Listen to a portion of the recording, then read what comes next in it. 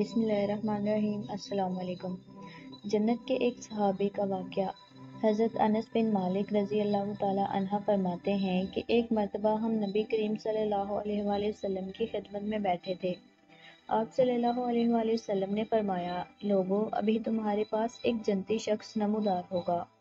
چنانچہ ایک انصاری صحابی اس حالت میں تشریف لاتے ہیں کہ وضو کا پانی ان کی داڑھی سے ٹپک رہا تھا اور انہوں نے اپنے جوتے بائیں ہاتھ میں اٹھا رکھے تھے۔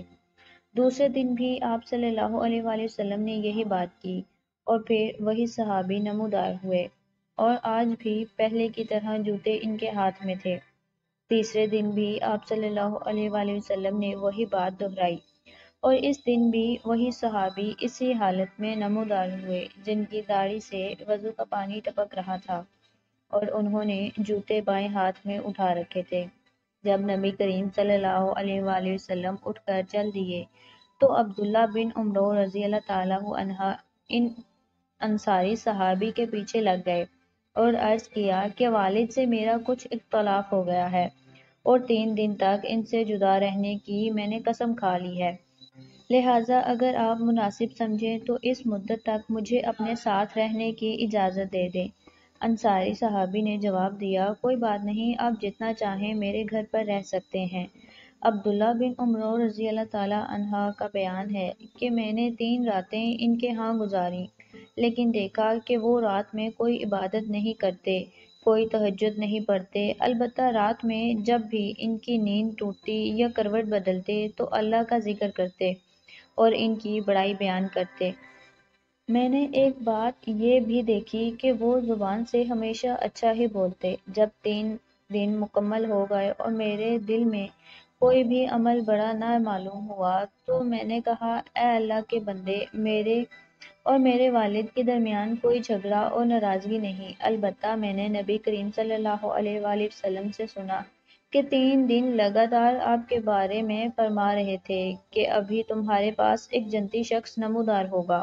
اور تینوں دن آپ ہی تشریف لائے، تو میں نے ارادہ کیا کہ آپ کے پاس رہ کر میں آپ کا عمل دیکھوں